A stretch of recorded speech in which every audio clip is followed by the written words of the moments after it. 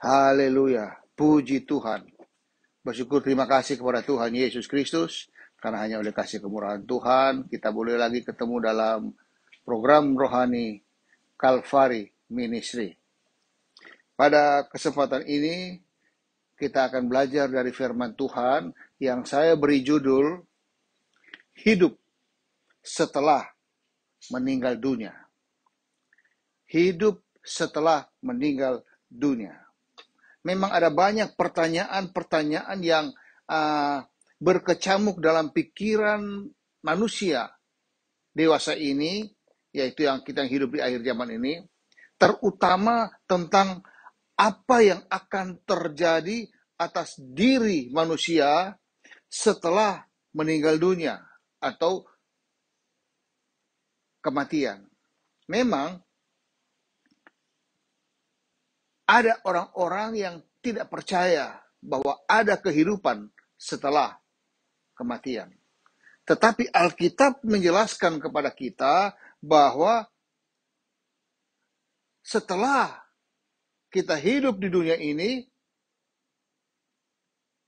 lalu kita meninggal dunia, maka ada kehidupan di kekekalan. Nah, pertanyaan-pertanyaan menyangkut tentang hidup setelah meninggal dunia atau hidup setelah kematian ini, itu merupakan sesuatu yang membawa manusia kepada keraguan-raguan.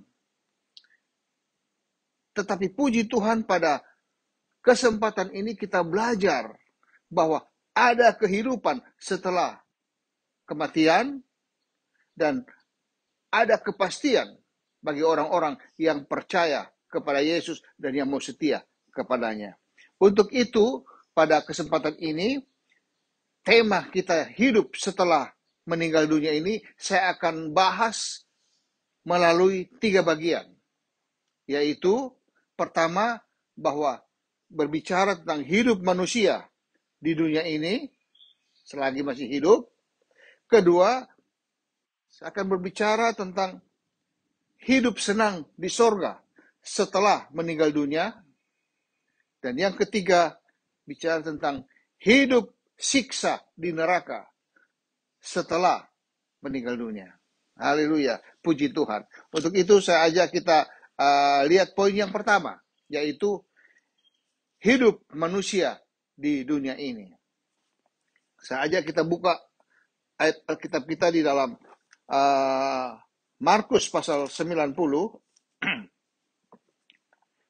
Markus 90 ayatnya yang ke-10. Ini ayat yang sudah sering kita dengar. Saya bacakan. Masa hidup kami 70 tahun, dan jika kami kuat 80 tahun. Dan kebanggaannya adalah kesukaran dan penderitaan. Sebab berlalunya buru-buru dan kami melayang lenyap. Ayat ini pemazmur katakan bahwa hidup manusia itu di dunia ini hanya 70 tahun, atau jika kuat bisa bertahan sampai 80 tahun. Selanjutnya adalah kesukaran dan penderitaan. Nah, hidup 70 tahun sampai 80 tahun ini adalah hidup yang singkat. Tidak panjang, hidup yang singkat. Karena Ayub mengatakan bahwa itu hidup manusia di dunia adalah hidup yang singkat. Di dalam Ayub pasal 14, Ayub 14 berkata bahwa hidup manusia itu singkat. Ayub 14 ayat 1 dan 2, supaya kita dapat gambaran dulu tentang hidup kita di dunia ini berapa lama. Ayub 14 ayat 1 dan 2. Manusia yang lahir dari perempuan, yaitu kita semua yang manusia yang lahir dari perempuan, singkat umurnya dan penuh kegelisahan. Singkat umurnya. Bagaimana singkatnya? Di ayat 2 katakan, yang singkat itu adalah seperti bunga ia berkembang lalu layu. Seperti bayang-bayang ia hilang lenyap dan tidak dapat bertahan. Inilah kehidupan manusia di dunia yang ada ini. Bahwa umur manusia itu terbatas, yaitu hanya 70 sampai 80 tahun. Kalau sampai dia kuat bertahan di atas 80 tahun, itu dikatakan adalah penderitaan dan kesukaran. Dan Ayub menggambarkan bahwa hidup yang 70-80 tahun itu adalah singkat. Di mata Tuhan itu sangat singkat, yang digambarkan seperti bunga yang berkembang lalu layu. Nggak tahan lama. Atau seperti bayang-bayang yang ada langsung lenyap. Itulah hidup kita. Nah, hidup yang singkat ini tentu saja harus kita mengerti tentang apa yang akan kita lakukan. Karena Alkitab katakan bahwa satu kali kelak kita akan meninggal dunia.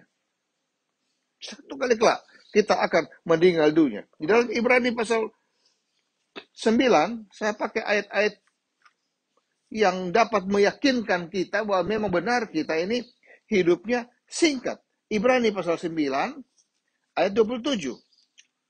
Sangat jelas di sana. Tuhan katakan 9:27, sama seperti manusia ditetapkan untuk mati hanya satu kali saja, dan sesudah itu dihakimi. Jadi manusia itu sudah ditentukan oleh Allah Sang Pencipta. Allah kita di dalam nama Tuhan Yesus Kristus, dia sudah menciptakan manusia dan sudah ditentukan manusia itu dengan satu ketetapan bahwa satu kali kelak manusia itu akan mati dan setelah mati akan dihakimi. Inilah kehidupan manusia. Setelah mati akan dihakimi. Jadi dapatlah kita gambaran secara utuh kehidupan manusia di dunia ini adalah hanya 70 sampai 80 tahun, kelebihannya adalah penderitaan, dan oleh Ayub katakan itu sangat singkat, yang digambarkan seperti bunga yang berkembang langsung layu, atau digambarkan sebagai bayang-bayang yang tadi ada tiba-tiba hilang. Kenapa? Karena sudah ditetapkan oleh Allah, Sang Pencipta yang Maha Kuasa itu, bahwa manusia itu satu kali kelak akan mati, dan setelah mati dihakimi. Oleh sebab itu sangatlah tepat kata-kata yang mengatakan bahwa hidup ini adalah kesempatan. Kesempatan bagaimana? Kesempatan kita untuk mengisi kehidupan yang sangat singkat ini. Bagaimana mengisi kehidupan yang sangat singkat ini di dunia ini? Di dalam Efesus pasal 2. Efesus pasal 2 ayatnya yang ke-10 berkata bahwa karena kita ini buatan Allah. Kita ini buatan ciptaan Allah, diciptakan dalam Kristus Yesus. Untuk apa? Untuk melakukan pekerjaan baik yang dipersiapkan Allah sebelumnya. Ia mau supaya kita hidup di dalamnya. Ia mau, yaitu Allah kita Sang Pencipta itu mau supaya kita hidup di dalam maksud dia menciptakan manusia, yaitu melakukan pekerjaan baik. Segala sesuatu yang baik sesuai dengan firman Tuhan, itu yang Tuhan harapkan kita melakukannya. Untuk apa? Untuk memanfaat kesempatan yang Tuhan berikan kepada kita, yaitu kesempatan yang sangat singkat. Haleluya, puji Tuhan. Kalau orang dunia menggambarkan kesempatan yang singkat itu adalah bagaikan awan yang lewat. Awan yang lewat itu harus segera ditangkap itu. Ini cuan ini. Ini suatu keuntungan besar sedang disediakan buat kita. Sama dengan umur manusia. Tuhan sudah siapkan satu kesempatan buat kita supaya kita jangan sia-siakan kesempatan itu, tetapi justru kita harus manfaatkan dengan apa? Dengan melakukan pekerjaan-pekerjaan baik sesuai dengan apa yang dikatakan oleh kitab suci. Haleluya, puji Tuhan. Dan kalau kita melakukan pekerjaan-pekerjaan yang baik itu, kita kerjakan dengan sungguh-sungguh, dengan penuh tanggung jawab, dengan pertolongan Tuhan, maka 1 Korintus 15 ayat 58 katakan, Karena itu saudara-saudaraku yang kekasih, berdirilah teguh, jangan goyah, dan giatlah selalu dalam pekerjaan Tuhan.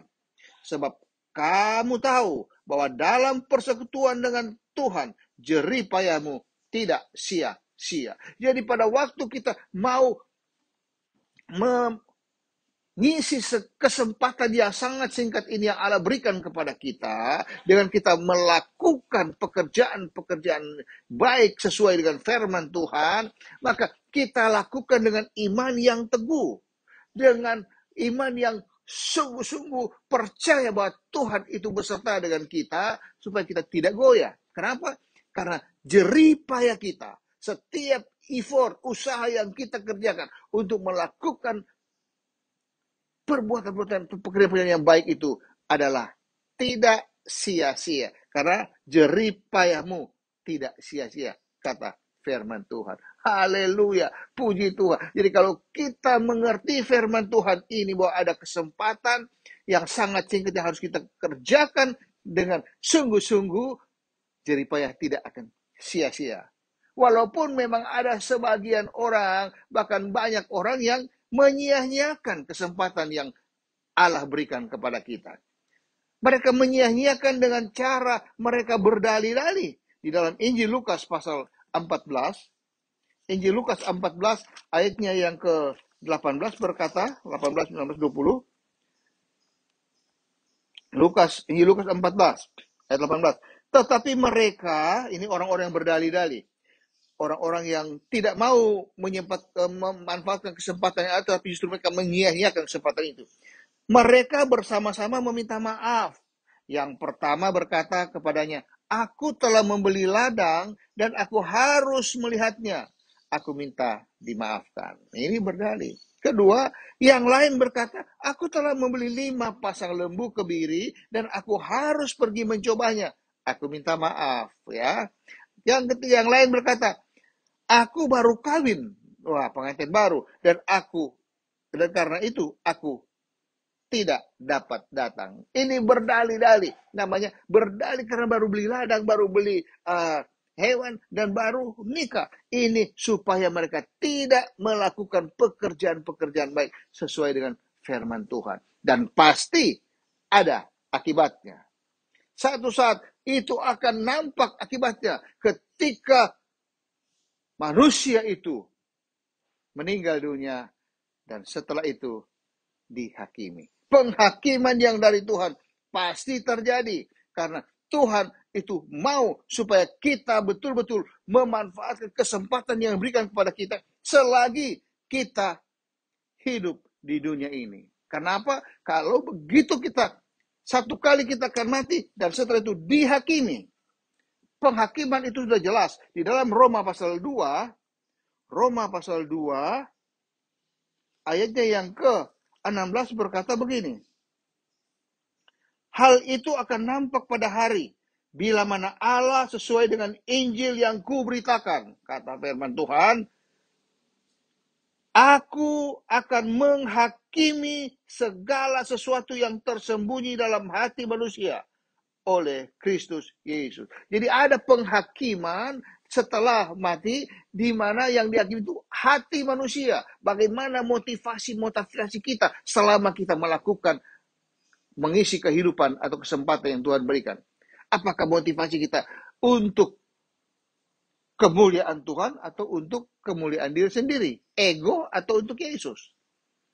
Atau apakah kita melakukan ini dengan percaya bahwa ada Yesus beserta dengan kita dan membuat itu berhasil? Atau kita menganggap ini karena kekuatan saya, ini karena kebiasaan saya. Semuanya itu akan dihakimi berdasarkan Allah melihat hati kita. Hati kita dan motivasi hati kita. Itulah yang menentukan. Bukan hasil kerja. Hasil kerja itu tidak akan dilihat. Yang dilihatlah bagaimana motivasi hati kita. Itulah sebabnya akan menghakimi segala sesuatu yang tersembunyi. Manusia melihat permukaannya, nampaknya seperti apa. Tetapi Allah melihat isi hati kita. Dia tidak melihat rupa kita, dia tidak melihat harta kita, tapi dia melihat isi hati kita. Dan itulah dasarnya penghakiman berdasarkan motivasi hati kita. Kenapa? Karena satu kali kelak di dalam Wahyu pasal 20 itu sangat menjelaskan kepada kita. Wahyu 20 ayat 12 berkata, dan aku melihat orang-orang mati besar dan kecil berdiri di depan takhta itu. Lalu dibuka semua kitab dan dibuka juga semua kitab lain, yaitu kitab kehidupan. Dan orang-orang mati dihakimi menurut perbuatan mereka berdasarkan apa yang ada tertulis di dalam kitab-kitab itu. Jadi ada tertulis semua motivasi hati kita. Pada waktu kita mau melayani Tuhan, kita motivasinya apa? Pada waktu kita berdoa, apa motivasinya? Pada waktu kita melakukan pekerjaan, apa motivasi kita? Kalau kita motivasi itu untuk kemuliaan Tuhan. Kalau saya berhasil, saya punya kekayaan, maka saya akan pakai itu untuk menyenangkan hati Tuhan. Luar biasa. Tapi kalau untuk diri sendiri, itu sangat berbahaya. Karena apa? Itu Alkitab katakan berbahaya karena ada penghakiman. Jadi poin pertama adalah hidup manusia di dunia ini. Ya, poin yang kedua yaitu hidup senang di sorga setelah meninggal dunia. Hidup senang di sorga. Untuk itu saya ajak kita buka Daniel pasal 12. Kita lihat ke perjanjian lama, kitab Daniel pasal 12 ayat 2. Saya bacakan. Dan banyak dari antara orang-orang yang telah tidur di dalam debu tanah, artinya orang yang telah mati, akan bangun, artinya akan bangkit. Sebagian untuk mendapat hidup yang kekal, sebagian untuk mengalami kehinaan dan kengerian yang kekal. Jadi dari ayat ini kita bisa melihat bahwa ada kebangkitan setelah kematian. Ada kebangkitan setelah kematian, dan kebangkitan setelah kematian itu terbagi dua.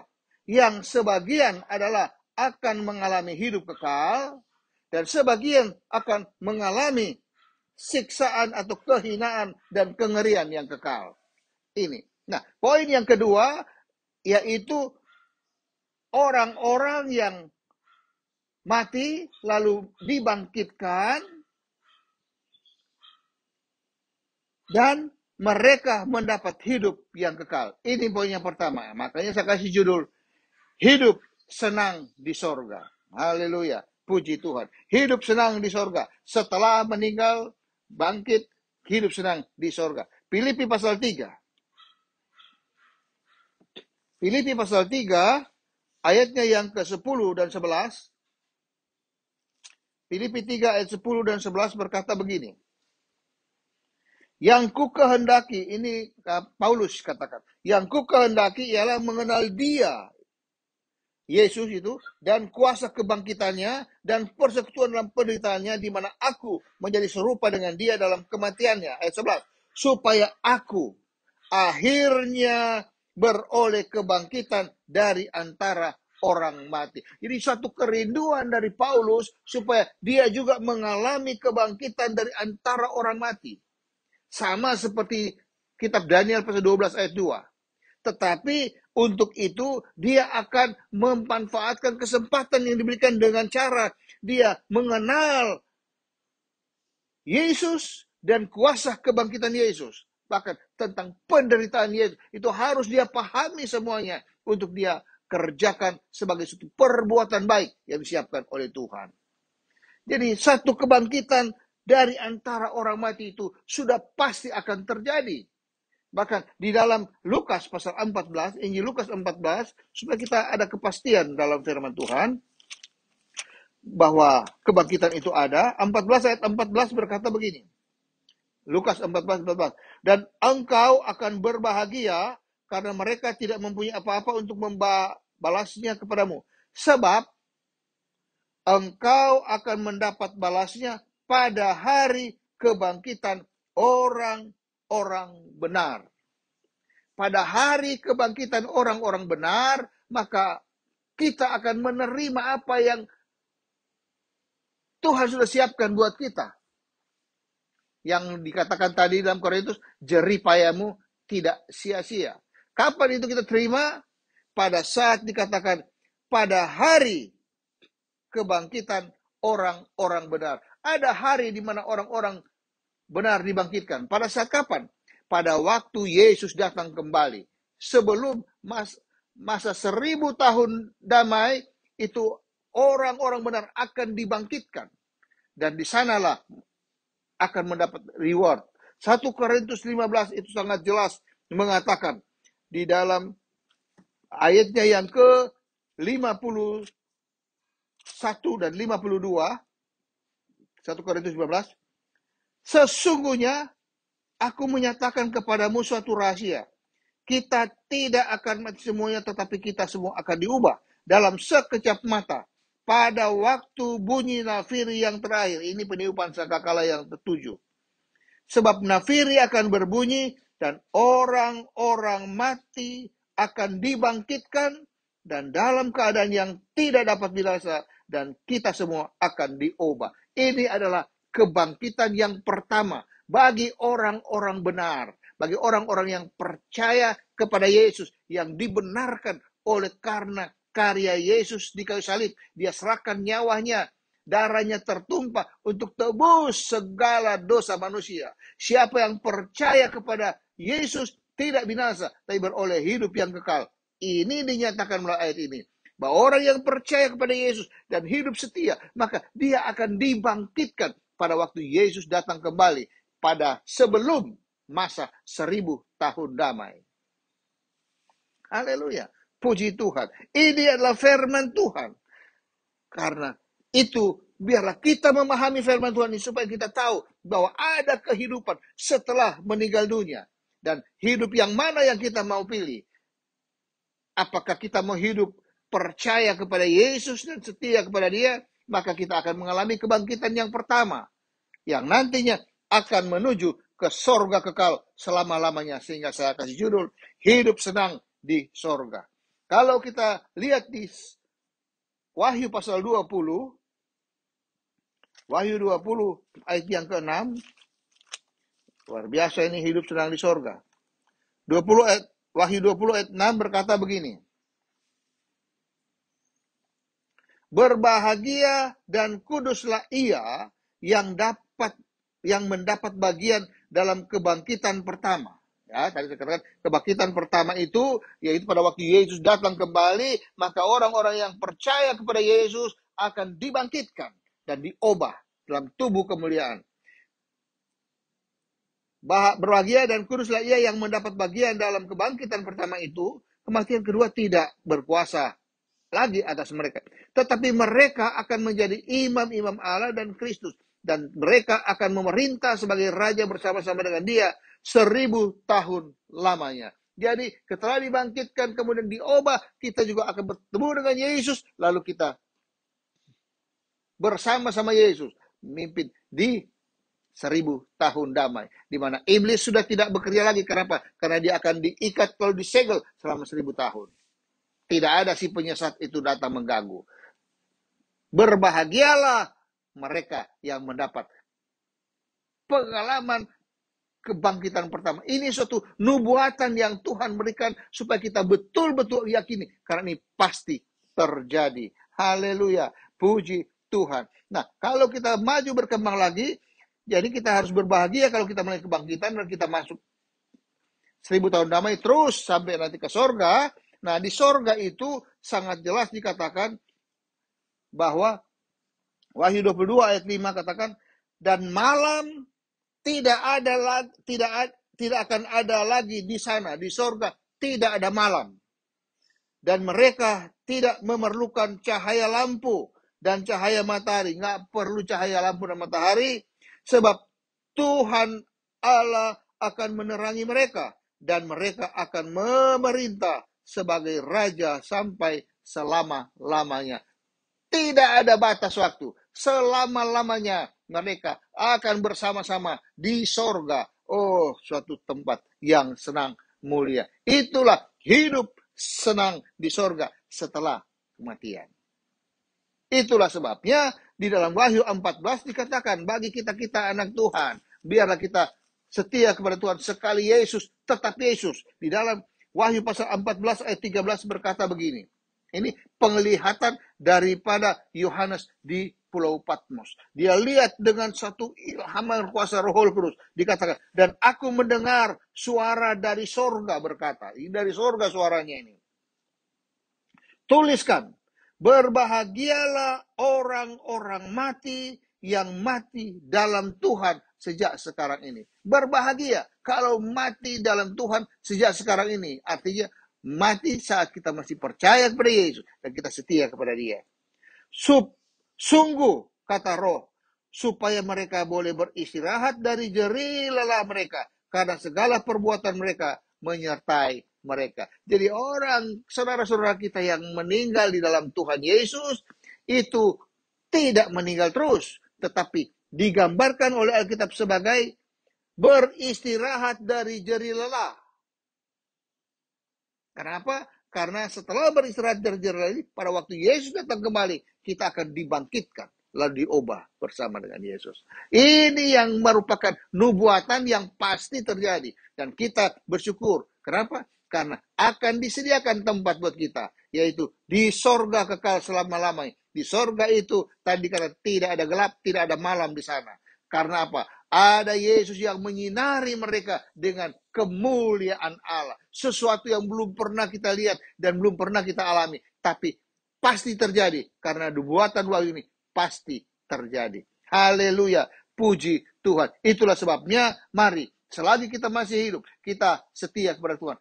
Kita harus sungguh-sungguh bahwa ada satu reward yang akan Tuhan berikan kepada kita sebagai anak-anak Tuhan yang mau setia kepada Dia. Di dalam Wahyu pasal 2 ayat 10b berkata begini. Hendaklah engkau yang sudah terima Yesus sebagai Tuhan dan Juru Selamat pribadimu, hendaklah engkau setia sampai mati. Dan aku, Tuhan Yesus, akan mengaruniakan kepadamu mahkota kehidupan. Jadi kalau kita tetap setia kepada Tuhan, kita pada waktu kita mati, kita harus berbahagia karena itu hanya istirahat. Karena suatu saat kita akan dibangkitkan, dan setelah kita dibangkitkan, kita disediakan mahkota kehidupan. Ada mahkota kehidupan yang Tuhan sudah siapkan bagi kita yang mau setia kepada Dia. Haleluya, puji Tuhan. Itu poin yang kedua. Hidup senang di sorga. Poin yang ketiga adalah hidup siksa di neraka. Hidup siksa di neraka. Ini saya ambil kembali ke ayat pokok kita. Ayat yang tadi, Daniel pasal 12. Ayat 2. Dan banyak dari antara orang-orang yang telah tidur di dalam debu tanah, yaitu orang yang sudah mati, ada di kubur, akan bangkit, sebagian untuk mendapat hidup yang kekal, yaitu tadi, hidup senang di sorga, dan sebagian untuk mengalami kehinaan dan kengerian yang kekal. Mengalami kengerian dan kekal, itulah namanya hidup siksa di neraka. Hidup siksa di neraka. Oh, kasihan. Orang yang tidak percaya kepada Yesus, menolak Yesus, sudah dikotbahkan, sudah diberikan berita-berita baik bahwa ada juru selamat, tapi dia tetap menolak Yesus, bahkan memberontak kepada Yesus. Maka ada satu waktu dia sudah disiapkan oleh Tuhan yang mengatakan bahwa dia akan mengalami kehinaan dan kengerian yang kekal. Kehinaan dan kengerian yang kekal ini, itu adalah siksaan yang akan dialaminya kekal selama-lamanya. Bukan hanya sementara, tapi kekal selama-lamanya. Nah, maka dari itu kita buka kembali di Wahyu pasal 20. Wahyu 20 ayatnya yang ke-10. Di sana kita lihat dulu bagaimana si penyesat ini ditangkap oleh Tuhan. Dan iblis yang menyesatkan mereka, yaitu orang-orang yang tidak mau percaya pada Yesus, dilemparkan ke dalam lautan api dan berlerang, yaitu tempat binatang dan nabi palsu itu. dan mereka disiksa siang malam sampai selama-lamanya. Mereka disiksa siang dan malam sampai selama-lamanya. Siapa mereka itu? Yaitu iblis, antikris, gambarkan binatang, dan nabi palsu yang menyesatkan. Mereka ditangkap, dilemparkan ke dalam lautan api dan belerang. Lalu disiksa siang dan malam. Selama-lamanya disiksa siang dan malam. Nah, bukan cuma iblis, antikris, dan nabi palsu. Tetapi di ayatnya yang ke-13 berkata, maka laut menyerahkan orang-orang mati yang ada di dalamnya, dan maut dan kerajaan maut menyerahkan orang-orang mati yang ada di dalamnya, dan mereka dihakimi masing-masing menurut perbuatannya. Mereka yang menolak Yesus, memberontak terhadap Yesus, tidak mau percaya kepada Yesus sebagai Tuhan dan Juru Selamat, maka dia akan mengalami seperti ini. Akan dilemparkan ke dalam lautan api dan belerang. Lalu disiksa siang dan malam selama-lamanya. Itulah sebabnya saya kasih judul poin ketiga, hidup siksa di neraka. Hidup siksa di neraka itu sesuatu yang sangat mengerikan. Dan kita tidak dapat bayangkan saat ini. Bukan main siksanya. Ayat 14. Lalu maut dan kerajaan maut itu dilemparkan ke dalam lautan api. Itulah kematian yang kedua. Lautan api. Kematian yang kedua artinya mati pertama tidak percaya kepada Yesus, dikuburkan. Tetapi nanti setelah 1000 tahun damai, mereka ini akan dibangkitkan. Itu namanya bangkitan kedua. Untuk apa? Untuk masuk ke dalam lautan api dan belerang, disiksa siang dan malam. Oleh karena itu, sekarang ini kalau engkau belum percaya kepada Yesus, belum terima Yesus sebagai Tuhan dan Juru Selamat pribadimu, maka segeralah. Selagi hari ini ada kesempatan yang ditawarkan oleh Tuhan kepada engkau. Kalau engkau mengundang Yesus, mari Yesus masuk dalam hidupku. Aku percaya engkau Tuhan dan Juru Selamatku. Maka akan datang namanya keselamatan Injil itu masuk memenuhi hidupmu dan engkau memiliki kemenangan, bahkan dilahirkan kembali oleh firman dan Roh Kudus. Haleluya, puji Tuhan. Dan setiap orang yang tidak ditemukan namanya tertulis di dalam kitab kehidupan itu, ia dilemparkan ke dalam lautan api itu. Siapa orang-orang yang akan dilemparkan ke dalam lautan itu? Yaitu mereka-mereka yang namanya tidak tertulis dalam kitab kehidupan. Jadi di sorga ada namanya kitab kehidupan, kitab Al-Hayat. Setiap orang yang percaya kepada Yesus, maka dia namanya tercatat di sorga. Ada lagu lama berkata, namaku di sanalah dalam buku kehidupan kekal. Darahnya telah sucikan segenap dosaku. Saya tahu namaku di sanalah. Itulah, kalau darah Yesus menyucikan segala dosa-dosa kita, maka kita pasti nama kita tercatat di sorga. Dan itu kita tahu dan kita yakini, kita imani. Sehingga orang percaya kepada Yesus adalah orang yang diselamatkan oleh Yesus. Haleluya. Puji Tuhan. Dan tempatnya orang yang diselamatkan oleh Yesus bukan di siksaan neraka, tetapi di tempat senang selama-lamanya di sorga. Puji Tuhan. Saya percaya firman Tuhan ini adalah firman Tuhan yang memberikan pengertian kepada kita. Supaya kita memahami bahwa hidup ini bukan hidup asal leha-leha saja. Kita berdalih-dalih dengan firman Tuhan. Tetapi biarlah firman Tuhan akan mendorong kita untuk sungguh-sungguh lebih serius untuk datang kepada Tuhan. Serius untuk melayani Tuhan. Bahwa kita ada bersama dengan Yesus. Ada Roh Kudus yang akan selalu memberikan kekuatan kepada kita, memberikan tuntunan, memberikan pertolongan, bahkan memberikan kita arahan-arahan hidup supaya kita dibawa kepada kebenarannya Yesus. Karena satu-satunya kebenaran yang hakiki hanya ada di dalam Yesus. Kebenaran yang sejati hanya ada di dalam Yesus. Karena Yesus itu adalah kebenaran dan kasih karunia memenuhi hidupnya. Siapa dia? Yesus itu adalah Allah sendiri yang dari sorga datang menjelma menjadi manusia, supaya dalam wujud manusia dia dapat berkomunikasi dengan sesama manusia, dan dia dapat mempersembahkan hidupnya untuk mati di kayu salib sebagai tebusan dosa manusia. Karena seluruh manusia telah berbuat dosa dan akan masuk neraka. Maka ditawarkan oleh Yesus, siapa yang percaya kepada Yesus, dia tidak akan binasa, tapi beroleh hidup yang kekal. Haleluya, puji Tuhan. Tempat orang yang percaya kepada Yesus adalah sorga kekal selama-lamanya. Tapi orang yang memberontak kepada Yesus, tempatnya adalah siksaan neraka selama-lamanya. Haleluya, puji Tuhan. Jadi mari kita mengerti firman Tuhan bahwa ada hidup setelah meninggal dunia, yaitu sorga dan neraka. Terpujilah nama Tuhan. Sekali Yesus, tetap Yesus.